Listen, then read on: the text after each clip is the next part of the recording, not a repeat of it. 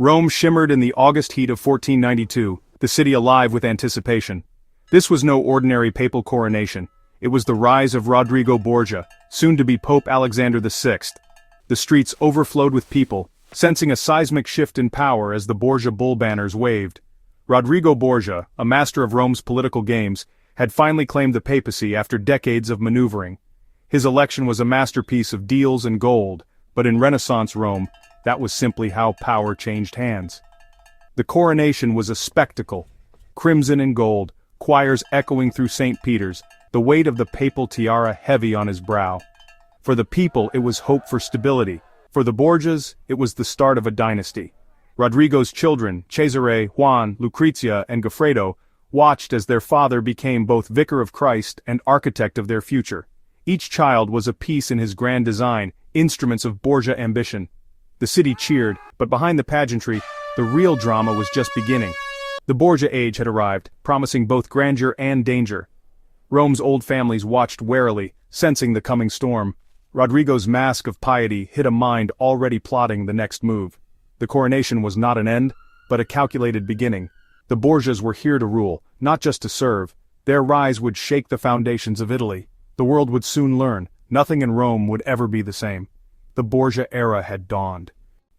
Pope Alexander VI was a man of contradictions, worldly, brilliant, and unapologetically devoted to his family. He openly acknowledged his children with Vanozza Dei Catanae, pouring his affection and resources into their lives. Every papal decision was calculated to elevate the Borgia name. He saw the papal states as a kingdom for his children, not just the church's domain. Alexander's nepotism was audacious, reshaping Rome's politics and infuriating rivals. He was both a reformer and a secular prince, balancing city order with dynastic ambition. His love for his children drove his every move, blurring the line between spiritual duty and personal legacy.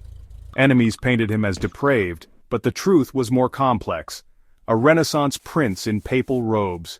His legacy would be defined by both his administrative skill and his relentless pursuit of family power. The Borgia dynasty was his true masterpiece. For Alexander, his children were chess pieces in Italy's deadly game. Marriages were weapons. Lucrezia's union with Giovanni Sforza tied the Borgias to Milan, then was discarded when no longer useful. Goffredo's marriage to Sancha of Aragon secured the south. Cesare was forced into the church to control the cardinals. Juan, the favored son, was made Duke of Gandia and led the papal armies.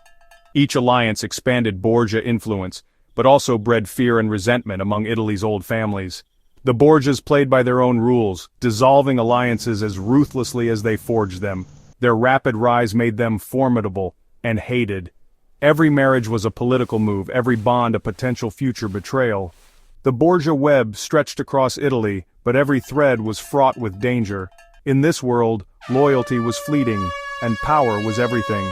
The Borgias were masters of the game, but every move made them new enemies. Inside the Vatican, the Borgia family was bound by both love and rivalry. Rodrigo's affection for his children was real, especially for Lucrezia, but always served political ends. Cesare and Juan's rivalry simmered. Juan, the favored son, basked in glory while Cesare chafed in cardinal's robes. Jealousy and ambition poisoned their bond, setting the stage for tragedy. Lucrezia, cherished and used as a pawn, was caught between her brother's ambitions. Her close relationship with Cesare fueled rumors, but was likely a mix of affection and shared destiny. Family warmth existed, but always within the cold calculus of power. The Borgias' love was real, but survival and dominance came first. Sibling bonds were strong, yet always subordinate to the family's grand project. In the end, ambition trumped all. The Borgia dynasty demanded sacrifice, even from its own blood. The Borgia legend was crafted by enemies' rivals who feared their power and spread tales of poison, incest, and corruption. Simony was real. Rodrigo bought the papacy, but so had others before him. Poison became their signature in rumor, though evidence is scarce. The most scandalous charge, incest, was pure character assassination fueled by political enemies and jilted husbands. The Borgias' behavior was ruthless, but not unique for the era. What set them apart was their power at the heart of the church. Their sins seemed monstrous because they wore the papal crown. Propaganda turned them into villains, cementing their infamy. The Black Legend was a weapon, not a reflection of unique evil. The Borgias were feared not for what they did, but for where they did it. their myth endures because it blurred the line between sacred and profane. In 1497, tragedy struck. The Pope's favorite son, Juan, vanished after a night out. Days later, his body was found in the Tiber, stabbed and discarded. Rome was shocked. Alexander was devastated, retreating into grief. An investigation began, then abruptly ended, fueling rumors of a family cover-up. Suspicion fell on Cesare, who stood to gain most from Juan's death. With Juan gone, Cesare shed his cardinal's robes and seized the family's military ambitions. The murder shattered the family's unity and changed their fate. Cesare's transformation was complete, from reluctant cardinal to ruthless prince. The ghost of Juan haunted the Borgias, marking the moment when ambition turned inward and deadly. The family's internal rivalries had spilled into blood. Cesare's rise would be as violent as it was swift. The Borgia story darkened, setting the stage for their final act. The cost of power was now paid in blood. Freed from the church, Cesare Borgia became the Renaissance's most feared warlord. Backed by France, he conquered the Romagna with speed and brutality, inspiring Machiavelli's The Prince. Cesare's motto, either Caesar or nothing, summed up his relentless ambition. His methods were ruthless. Betrayal met with swift, deadly retribution. For a brief moment he seemed unstoppable, building a Borgia state. Meanwhile, Lucrezia's third marriage took her to Ferrara, where she finally escaped her family's shadow. In Ferrara, she became a respected duchess and patron, proving her intelligence and grace. She managed affairs of state, earning admiration and loyalty. Lucrezia's transformation was remarkable, from scandal's pawn to Renaissance leader. The siblings' paths diverged.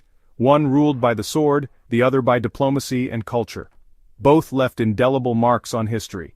The Borgia legacy was now in their hands. The Borgia rise ended as swiftly as it began. In 1503, Pope Alexander died. Cesare, weakened and betrayed, lost everything. Their enemies seized power, erasing Borgia gains and cementing their black legend. Stories of orgies, poison, and incest became accepted history, painting the Borgias as ultimate villains. Their Spanish roots made them easy scapegoats for Rome's ills, yet the fascination endures, a family of ambition, brilliance, and fatal flaws. The Borgias were not uniquely evil, but uniquely successful in wielding power from the heart of the church.